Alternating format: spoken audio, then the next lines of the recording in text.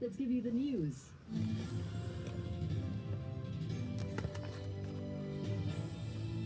Good evening, I'm Hui Wong with the news at 7 o'clock. Hamas has confirmed that an Israeli airstrike in southern Gaza has killed the group's top political leader, Salah al-Bardawil. The development follows reports of an escalation in hostilities since Israel resumed its offensive earlier this week.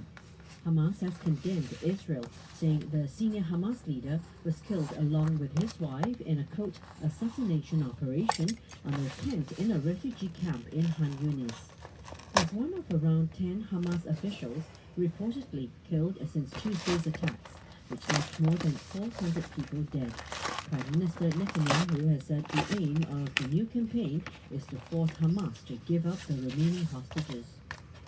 Israel has also launched airstrikes in South Lebanon in response to rockets fired from across the border. At least 8 people were killed and dozens of others injured. This put pressure on a ceasefire which ended a year-long conflict against the Iran-backed militia group Hezbollah. CNA's Yasmin Yonkers has more.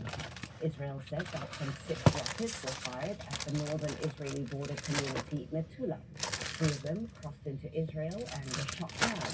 The country retaliated with at least 2 sets of strikes on targets such as command centers, infrastructure sites, and a weapons storage facility. No one has claimed responsibility for the attack. Hezbollah insists it's not involved and that it remains committed to the truce, which went into effect late last year. And under the terms of the deal, the Lebanese military is supposed to deploy thousands of additional soldiers to the south to prevent armed groups from attacking Israel. Lebanon's leaders condemned the strikes as attempts to drag his nation back into a cycle of violence, and he's called on the committee charged with overseeing the truce to prevent any violations that could threaten the country. The United Nations peacekeeping force in southern Lebanon says it's alarmed by the spiraling violence. Jordan called for immediate action to stop Israeli aggression against Lebanon. France, which helped broker the ceasefire, urged Israel to show restraint to avoid an escalation that could have serious consequences for the entire region. And the exchange of fire between both sides marks the first since Israel effectively abandoned a separate ceasefire in Gaza with Palestinian militant group Hamas. Israel has vowed to continue striking Hamas targets in the enclave to ensure the return of hostages.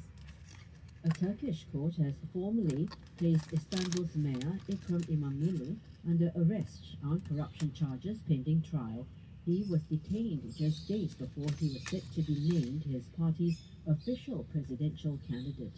Mr. İmamoğlu is widely considered a key opposition figure and chief rival to President Tayyip Erdogan. He was detained a few days ago alongside his aides on charges of graft and terrorism, which he has since denied. The ruling is likely to stop Turkey's biggest protests against President Erdogan's government as it faces the worst street unrest it has seen in decades. Thousands across the country rallied against what they call an undemocratic detention of the mayor. Protesters clashed for the 4th night in a row with police hurling firecrackers and objects at them. More than 300 people have been detained during the demonstration so far.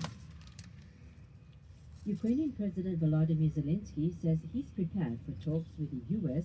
and Saudi Arabia tonight on a partial ceasefire involving his country's 3-year conflict with Russia. CNA's Paul Sung with more. The meeting is taking place a day before the U.S. delegation meets the Russian team. Mr. Zelensky adds that Ukrainian officials will be present at those talks involving Moscow, but will not be stationed in the same room. U.S. envoy Keith Kellogg says Washington will engage in what they call shuttle diplomacy between hotel rooms. The U.S. delegation will reportedly be led by Andrew Teague of the National Security Council and Michael Anton of the State Department. Moscow will be represented by Russian Senator Grigory Karasin and FSB advisor Sergei Beseda.